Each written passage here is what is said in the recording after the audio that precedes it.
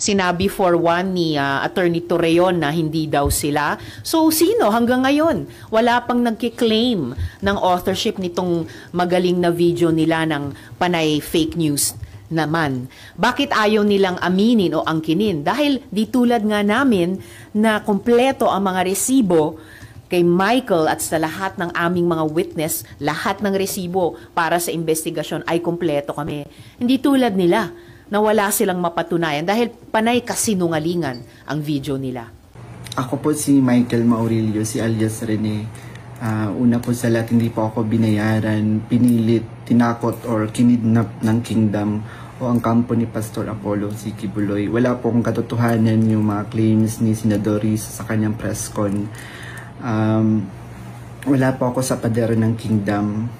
2019 pa po ako huling nakapunta ng Glory Mountain.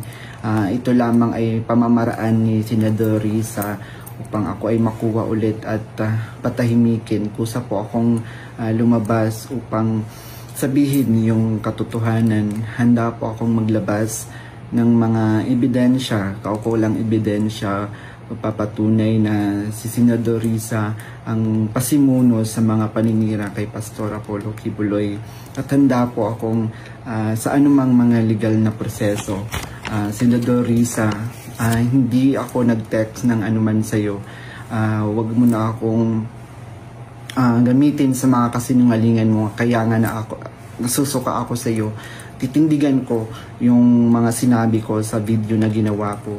Kusang loob ko itong ginawa para matahimik na yung konsensya ko. Uulitin ko po, hindi po ako binayaran, pinilit, kinidnap ng Kingdom o ang kampo ni Pastor Apollo Kibuloy.